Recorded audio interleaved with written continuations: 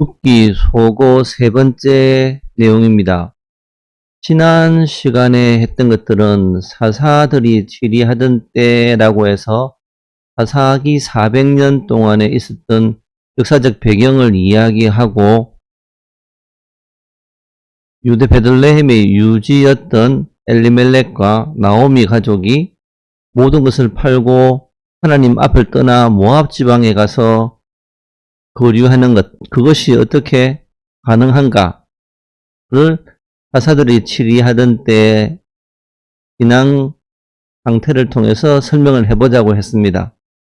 두 번째, 하나님이 왕으로 다스리는 그 땅의 흉년이 들었는데 레위기 26장과 신명기 28장 말씀을 통해서 한번 생각해 봤습니다. 세 번째, 모압 지방으로 간다고 했는데 이 모압 지방으로 간다는 의미가 어떤 것인지, 그리고 모압 지방으로 갈 때 모든 것을 풍족하게 가기 위해서 자기가 가지고 있던 모든 땅과 집들을 팔고 갔다 라고 이야기를 했습니다. 모압 지방으로 흉년을 피해 갔는데 그곳은 죽음의 땅이었던 것 같아요. 그래서 남편도 죽고 두 아들도 죽고 모든 것을 다 잃고 다시 하나님께서 백성들을 돌보사 양식을 주셨다 함을 듣고 두 며느리와 함께 일어나 베들레헴으로 돌아오려고 했습니다. 일어나라는 말을 회개로 이해를 했죠. 오늘은 나오미가 베들레헴을 떠나서 모압 지방에 내려가서 남편과 아들을 다 잃고 다시 베들레헴으로 돌아와서 보엘드는 보아스를 통해 오벳을 낳고 오벳의 양육자가 되어서 기업을 다시 회복했다는 말이 무슨 뜻인지 신구약 성경에서 그 의미를 찾아보고자 합니다. 엘리멜렉과 그의 아내 나오미 그리고 말론과 기럯이 베들레헴 에브랏에서 모든 것을 다 팔아 풍족하게 준비해서 모압 지방에 가서 살다가 남편 엘리멜렉이 죽고 아들들이 모압 여자 오르바와 룻을 아내로 취하였는데 거기에 거주한 지 10여 년 만에 말론과 기럯이 죽고 여호와께서 자기 백성을 돌보사 양식을 주셨다 함을 듣고 일어나 모압 지방에서 돌아와 나오미라 칭하지 말고 마라라 칭하라. 전능자가 나를 심히 괴롭게 했다라고 신앙 고백을 하고 자신을 낮추고 보엘드는 보아스를 통해서 아들 오벳을 얻고 양육자가 되어 기업을 회복했는데 이것을 신학적인 용어로 회복하면은 부활이죠. 죽음에서 다시 살아남 새 생명이라 말할 수 있을 것 같고요. 그래서 새창조 또는 재창조 또는 새하늘과 새 땅이라는 말로 번역할 수 있을 것 같습니다. 나오미의 삶은 예수 그리스도의 낮아지심과 높아지심과 유사한 패턴이다. 하나님의 본체이신 예수님이 육체를 입으시고 낮아지셨죠. 십자가에 달려 죽으시고 더 낮아지시고 음부에 묻혀 3일 계신 후에 낮아지셨죠. 부활성천하시어 하나님 보좌 우편에 앉으셔서 왕으로 다스린다. 높아지심이죠. 나오미의 삶이 예수님의 낮아지심과 높아지심과 유사한 패턴이다 라고 이야기할 수 있고요. 범죄한 아담이 에덴에서 쫓겨난 후 보혈 대신 예수 그리스도를 말미암아 다시 에덴으로 회복되는 복음의 연장선이 나오미의 삶이다 라고 이야기하고 싶습니다.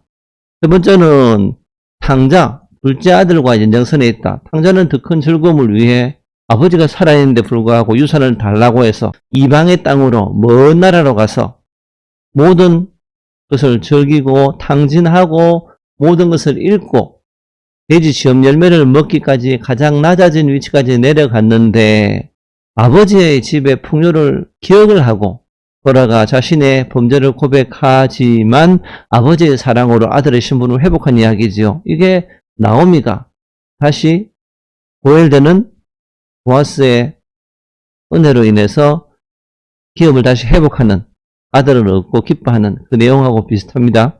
나오미가 베들레헴을 떠나 모압으로 떠나는 것은 아담이 에덴에서 쫓겨나는 것과 레위기 신명기가 말하는 저주처럼 이스라엘이 가나안 땅에서 바벨론으로 사로잡혀가는 것과 탕자가 아버지에게 유산을 받아 먼 지방에까지 가서 자기 뜻대로 살다가 유사하죠.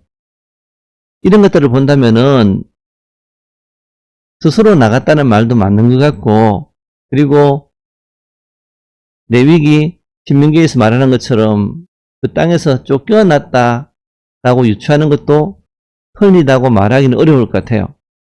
가족은 혈연이 아니라 신앙 고백을 통해 만들어진다 를 이야기하고 싶습니다. 모압 족속은 영원히 하나님의 총회에 참여할 수 없습니다.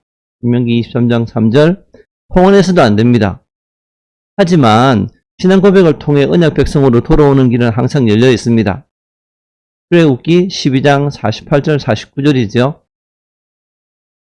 너희와 함께 거류하는 타국인이 여호와의 유월절을 지키고자 하거든 그 모든 남자는 할례를 받은 후에 가까이 하여 지킬지니 이는 본토인과 같이 될 것이나 할례 받지 못한 자는 먹지 못할 것이니 본토인에게나 너희 중에 거류하는 이방인에게 이 법이 동일하다.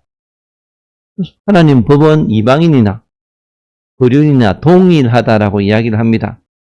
할례를 받는다, 신앙 고백을 한다는 뜻이겠죠. 룻은 이방인이 언약 백성으로 들어오는 공식적인 신앙 고백을 하고 언약 공동체에 속했습니다. 가족이 되었죠. 하나님의 백성이 되었습니다. 어머니께서 가시는 곳에 나도 가고 어머님이 머무는 곳에 나도 머물고 어머니의 백성이 내 백성이 되고 어머님의 하나님이 나의 하나님이 되시리니 내가 죽는 것 외에 어머니를 떠나면 여호와께서 벌을 내리시고 더 내리시기를 원하나이다 라고 신앙 고백을 합니다. 그래서 이 신앙 고백을 통해서 하나님 백성으로 언약 백성으로 무난하게 들어왔죠. 예수님도 가족은 혈통이 아니라 믿음으로 된다고 명문하셨습니다. 하나님을 뜻을 행하는 자가 내 형제요 자매요 어머니다 라고 이야기하시면서 예수님은 혈통 중심의 가정보다는 언약 중심의 가족으로 해석하셨습니다. 구약의 이스라엘도 혈통 중심이 아니라 언약 중심이죠. 믿음 중심입니다. 초대교회도 여러 민족이 하나님의 몸된 교회를, 가족을 하나님의 자녀가 됨을 형성했습니다. 오늘은 여기까지입니다.